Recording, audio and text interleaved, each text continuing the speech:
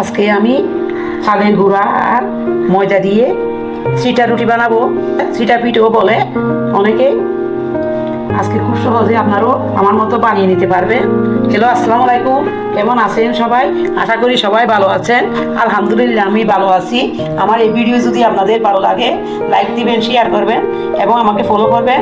আর YouTube থেকে দেখলে subscribe করবেন। এবার যাব মূল রেসিপিটি।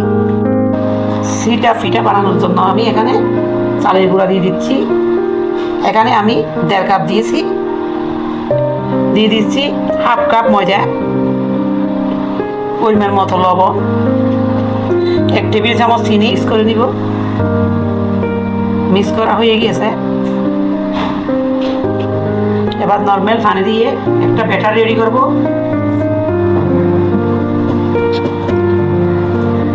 আর একটু পানি দিব। মিক্স করা হয়ে গেছে, দেখুন।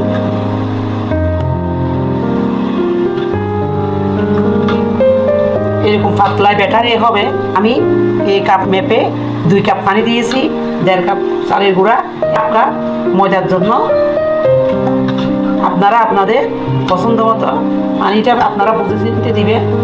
পানিটা আপনারা দেখে দিবেন।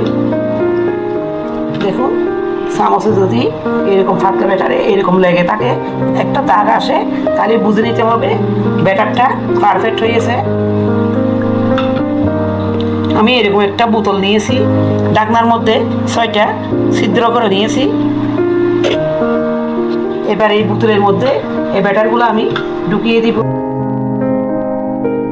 বোতলের মধ্যে আমি ঢুকিয়ে নিচ্ছি। বোতলের মধ্যে আমি ঢুকিয়ে নিয়েছি। এবার ঢাকনাটা বন্ধ করে দিব। আমি চুলায় আগে থেকে একটা ফ্যান দিয়েছি। বোতলটা এভাবে জাকিয়ে নিতে হবে। এখানে আমি এভাবে দিয়ে দিব।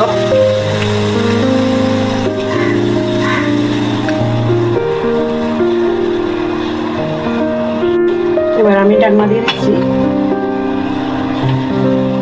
1 মিনিট পর ঢাকনাটা উঠিয়ে দিলাম।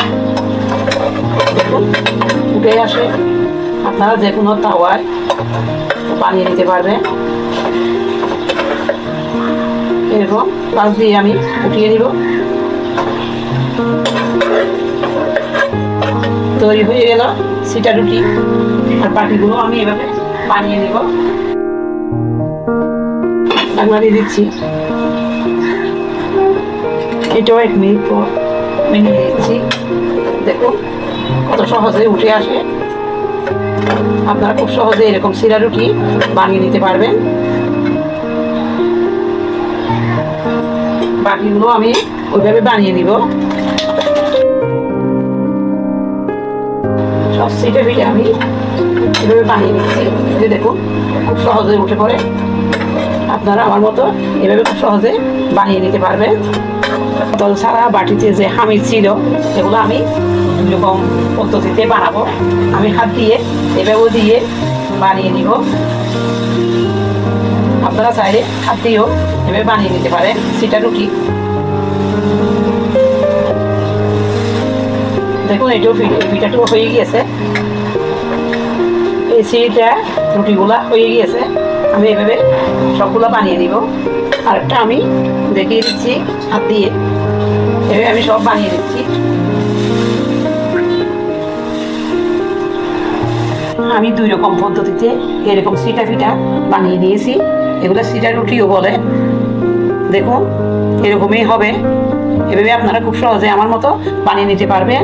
সকালে ব্রেকফাস্টে, সকালের নাস্তায়, বিকেলের নাস্তায় খুব সহজে রুটি বানানো না থাকলে এভাবে চটপট চিটা রুটি চালের গুঁড়ার ময়দা থাকলে বানিয়ে দিতে পারবেন। আজকে আমি গরুর মাংস দিয়ে এটা সার্ভ করব। আপনারা এই কুরবানি ঈদের সময় প্রচুর মাংস থাকে। এই মাংস দিয়ে এই পিঠাগুলো খেতে দারুণ লাগে। আশা করি সবার ভালো লাগবে। সবাই ভালো থাকবেন। আল্লাহ হাফেজ।